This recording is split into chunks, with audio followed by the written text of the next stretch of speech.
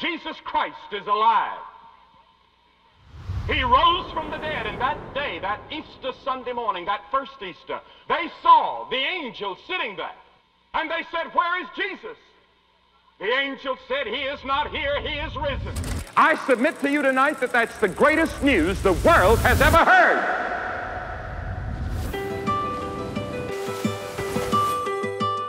I'm Nick.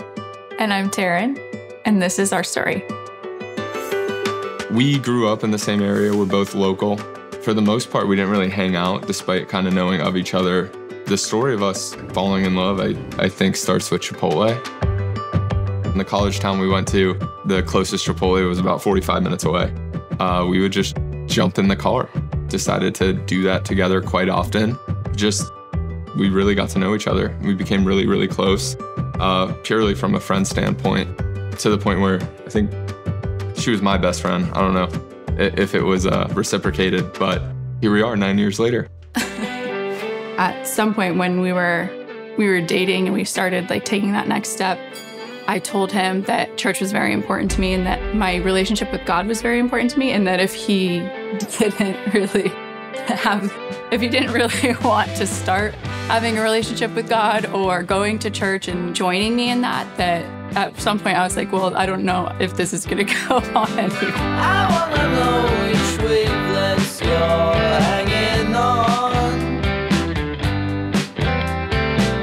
I wanna know which light you keeping on. When I was younger, sports kind of took over. So every Sunday you're gone, you're out of town, you're playing games. And my family kind of fell outside of going to church. I told myself when we started dating, there was no way I was going to be the one to screw this up. So it was like, okay, I'll go to church with you. So yes, when we moved back from college, we moved back home, and I moved in with my parents, he moved in with his parents. And that's when we started going to Journey. Then when you walk in, you feel God's presence. It wasn't something that I was expecting. And I think that kind of opened the door for me, where I was like, okay, there's more than what you have experienced before. And at some point you have to buy in, right? And I think for me, a portion of that was fasting. We were going through a fast probably 2 years ago. I had started to pray for the wedding, and I had kind of come to the realization that in our relationship, she was really the leader with faith. It was time for her and our marriage. I want to be the spiritual leader of our family. So the things I started to do really was read. We would start a plan together. 7 days, can't let her get ahead of me. I'm gonna have to commit to it each day, making sure that we are praying together, that we're praying for the same things, that we're praying for the people in our life.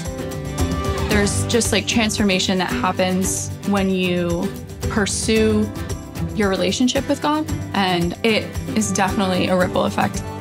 We have brought our friends to church, and even his parents, and they didn't really go to church before Journey, and they now come to church. So it's just cool to see God kind of work. I have been going to church for as long as I remember, and just witnessing from both my mom and my grandma, just them praying for us and teaching us how to love like Jesus. I'm just super blessed and happy to have them as my mentors, and eventually pass that down to my future daughter. I think my relationship with God now is to the point where, I'm hoping to instill generational blessings with my children, and I'm hoping to sit by my daughter's bed from the time she's here, when she comes, all the way until I'm not here.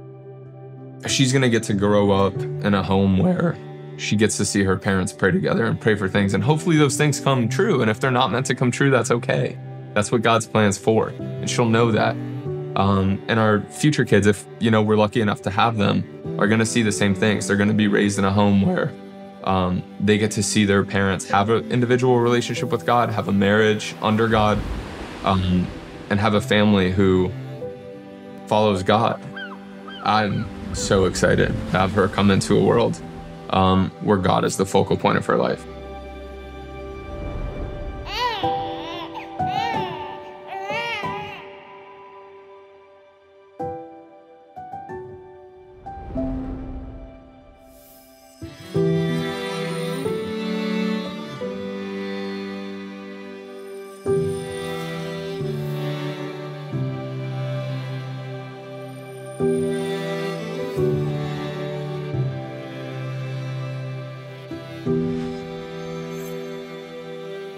Christ is alive. He has conquered the grave. He's a living Savior.